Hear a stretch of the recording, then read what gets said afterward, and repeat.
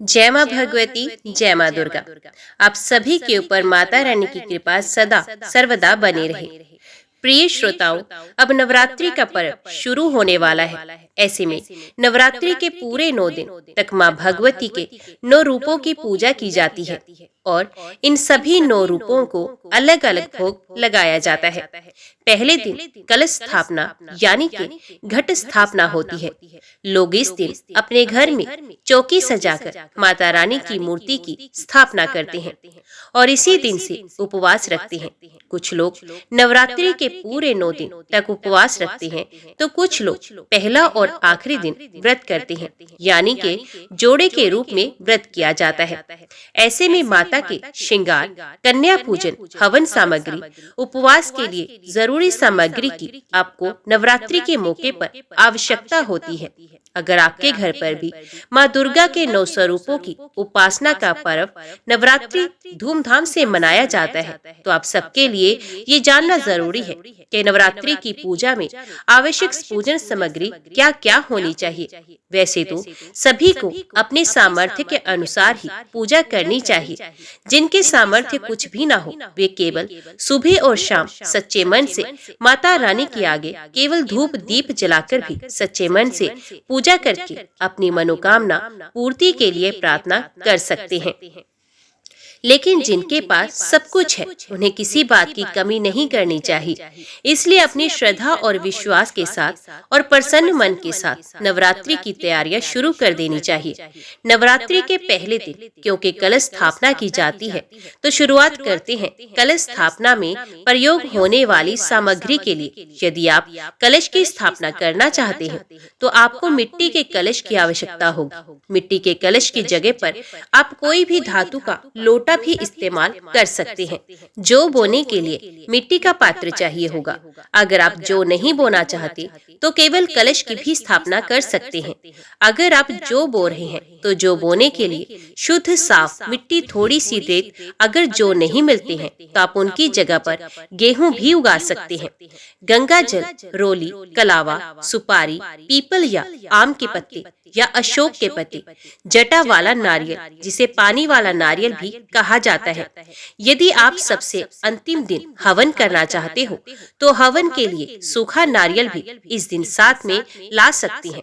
पूरे 9 दिन तक माता रानी को जब भी भोग अर्पित करते हैं, तो साथ में जल का एक लोटा भी भरकर रखा जाता है, जिसे सुबह भरने के बाद शाम के समय विसर्जित कर दिया जाता है और शाम को रखा हुआ जल अगले दिन सुबह विसर्जित कर दिया जाता है।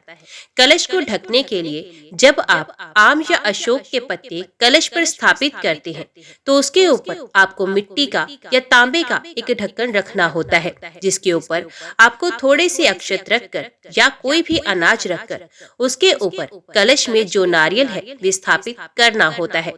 और कलश के अंदर डालने के लिए आपको चाहिए एक सिक्का, लौंग, सुपारी, इलायची, कुछ लोग कोड़ी भी डालते हैं और इसके अलावा आप इत्र भी कलश के अंदर डाल सकते हैं। इत्र क्योंकि माता रानी को बहुत प्रिय होता है, तो इत्र आप हर दिन पूजा में माता रानी को भी अर्पित कर सकते हैं। इनके अलावा कलश के अंदर कमल गट्टे और हल्दी की गांठ भी डाली जाती है। कलश में स्थापित करने वाली सामग्रियां तो हो गई, अब आपको आवश्यकता होगी अन्य सामग्री की। जैसे 9 दिन तक आप घर में अपने आप ही छोटा हवन कर सकते हैं, तो हवन सामग्री की आपको आवश्यकता होगी। माता रानी को चढ़ाने के लिए आपको फूलों की आवश्यकता होगी। पान माता रानी को भोग में अर्पित किया जाता है।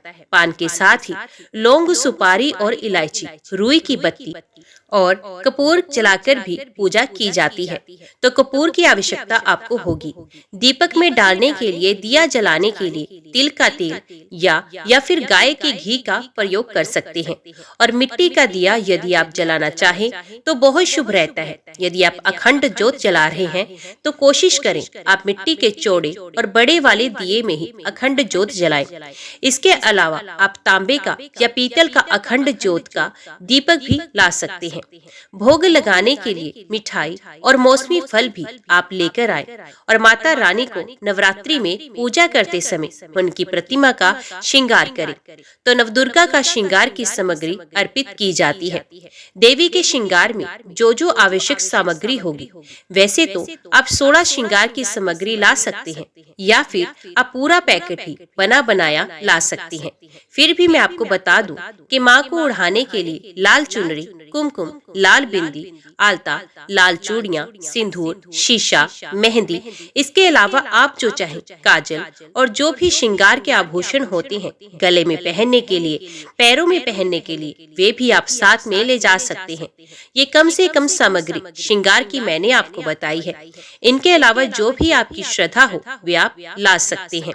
माता की चौकी सजाने के लिए सबसे पहले तो आपको आवश्यकता होगी एक चौकी की, और उसके ऊपर बिछाने के लिए आपको चाहिए लाल रंग का साफ कपड़ा।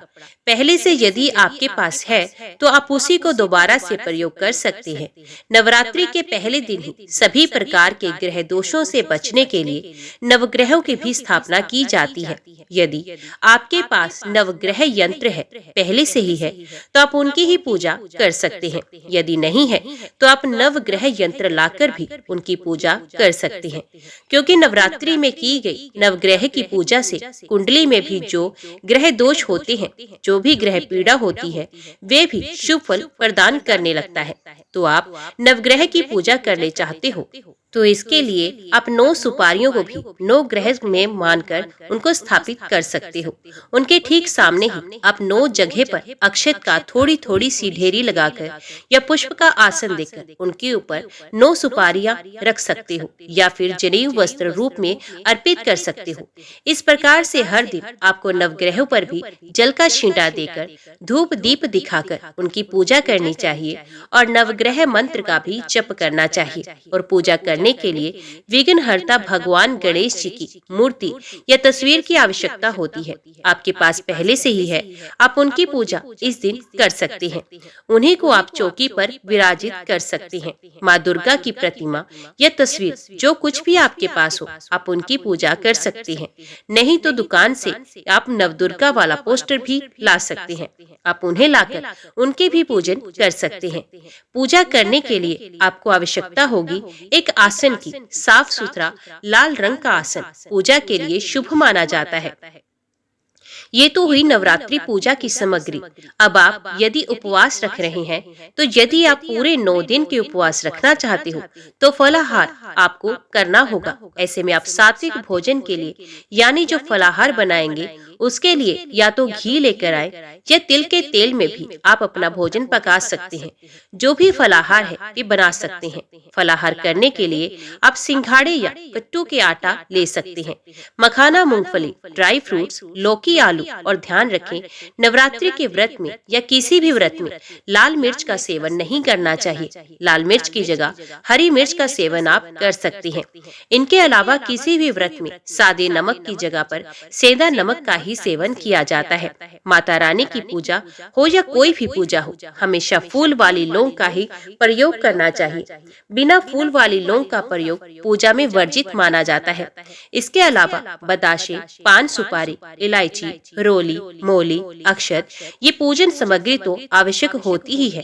अगर आप अपने घर पर अपने आप ही छोटा हवन करना चाहते हो तो आप हवन कुंड में भी हवन कर सकते हैं या फिर मिट्टी के चौड़े और बड़े दिए में भी आप हवन सामग्री डालकर अपने आप ही हवन कर सकते हैं। जिसके लिए आपको आवश्यकता होगी एक उपले की और हवन सामग्री की, जिसमें हर दिन आप उपला सुलगाकर उसके ऊपर आप लौंग का एक जोड़ा घी में डुबोकर कपूर जलाकर उसे प्रज्वलित करें।